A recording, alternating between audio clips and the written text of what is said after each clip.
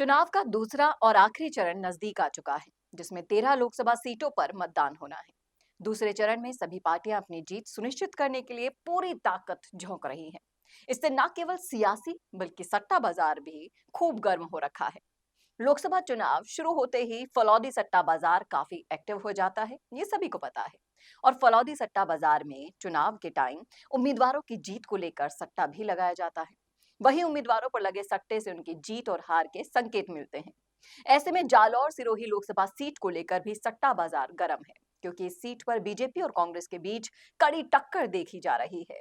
और सट्टा बाजार में कौन जीत रहा है और कौन हार रहा है, आपको सब कुछ डिटेल में बताऊंगी, इसलिए जुड़े रहिए आखिर तक मेरे साथ। नमस्कार, मैं हूं चेतना शर्मा, आप देखना शुरू कर चुके हैं राजस्थान संवाद। तो जालौर सिरोही सीट से बीजेपी की ओर से लुम्बाराम चौधरी चुनावी मैदान में है।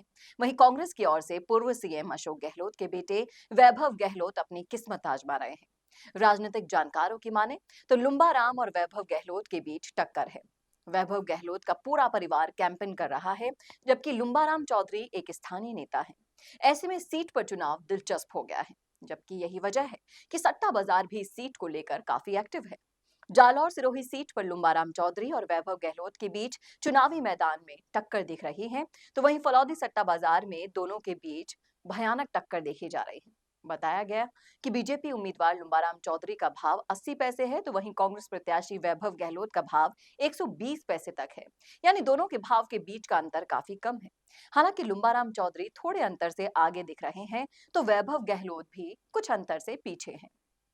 जालौर सिरोही लोकसभा सीट को लेकर सट्टे बाजार के साथ साथ राजनीतिक गलियारे भी गर्म है, क्योंकि अशोक गहलोत भी पूरा फोकस अपने बेटे को जिताने पर लगा रहे हैं। उसी के लिए हनुमान बेनीवाल और अशोक गहलोत भी साथ साथ में दिखाई दे रहे हैं। जी हाँ, हनुमान बेनीवाल और अशोक गहलोत की जो जुगलबंदी है वो काफी ज्यादा राजनीतिक गलियारों में चर्चा का विषय भी बनी हुई है। और ये कयास पहले से भी लगाए जा रहे थे, जब तक बेनीवाल कांग्रेस के साथ गठबंधन नहीं कर रहे थे, तब भी ये कयास लगाए जा रहे थे कि गहलोत कुछ भी करके हनुमान बेनीवाल को अपने साथ लेकर आएंगे।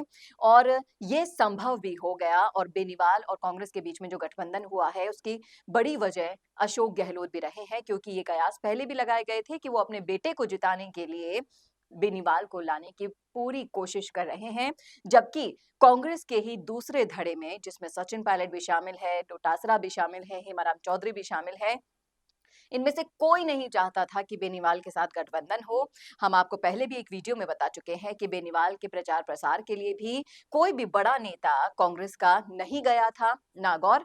और जिस तरह से वैभव गहलोत को जिताने के लिए अशोक गहलोत, चाहे से बेनीवाल हो या फिर कोई भी हथकंडा हो, उसे अपनाने से नहीं चूक रहे हैं। अब ये देखना दिलचस्प होगा कि ये सारे हथकंडे अपनाने के बावजूद भी वैभव गहलोत लुम्बाराम चौधरी को किस तरह की टक्कर दे पाएंगे। आपकी क्या राय है? अगर आप भी इसी लोकसभा क्षेत्र से आते हैं तो बताइएगा वहां के हाल क्या चल रहा है, लोगों के बीच में चर्चा का विषय, और आपको क्या लगता है कि किसकी जीत हो रही है और किसकी हार। सब कुछ शेयर कीजिएगा डिटेल में हमारे साथ, और देखते रहिए ऐसे ही वीडियोस। नमस्कार। कोरोना सोल्टेक क्वालिटी, डेडिकेशन और कस्टमर सेटिस्फेक्शन को प्रायोरिटी पर रखते हुए हर इंडस्ट्री की इलेक्ट्रिसिटी में कॉस्ट सेविंग कराने और उन्हें रिन्यूएबल एनर्जी की ताकत देने के लिए लगातार काम कर रहा है।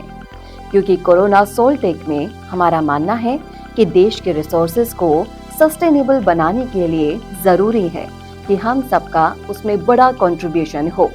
इसीलिए सोलर प्रोजेक्ट्स की टाइमली डिलीवरी करते हुए एक पार्टनर की तरह आपकी